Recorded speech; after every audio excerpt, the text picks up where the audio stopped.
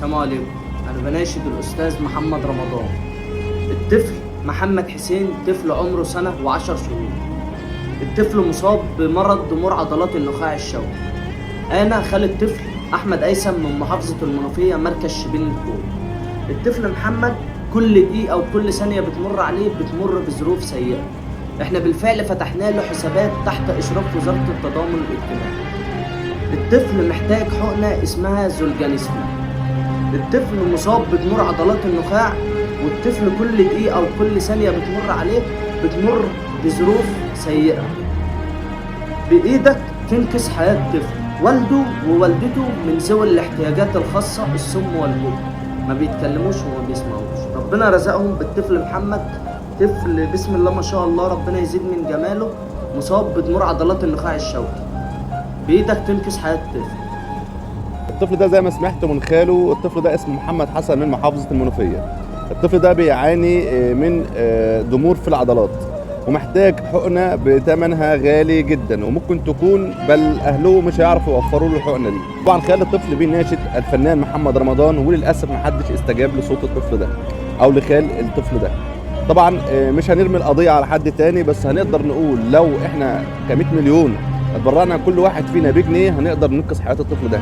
الطفل ده بريء من اي حاجه هو حصلت له، وطبعا ربنا ابتلاه بمرض وربنا هو اللي بيشفي. ربنا يشفي كل مريض وربنا يخفف عن كل مريض، بس حاله الطفل ده سيئه. وطبعا احنا لو في دوله فيها مسؤولين بيراعوا ربنا في الناس وبيراعوا ربنا في المسؤوليه اللي هم فيها، الطفل ده كان بسهوله جدا الحقنه دي جات له.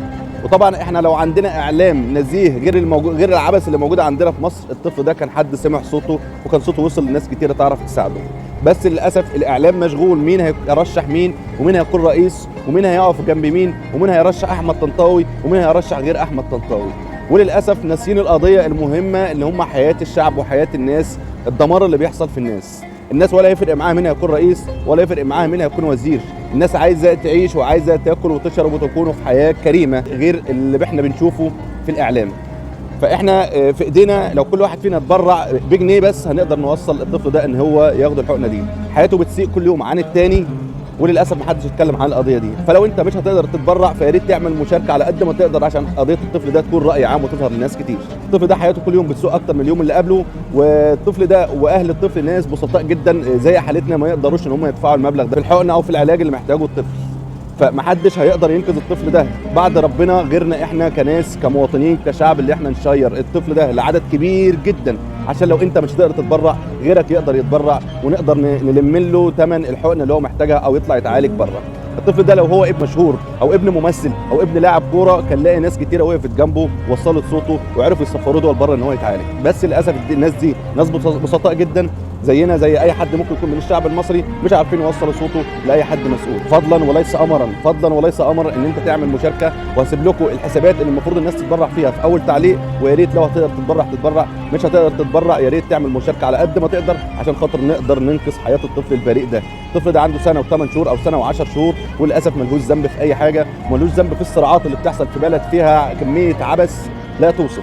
اتمنى تعملوا مشاركه على قد ما تقدروا عشان ننقذ حياه الطفل ده. السلام عليكم، اشوفكم على خير.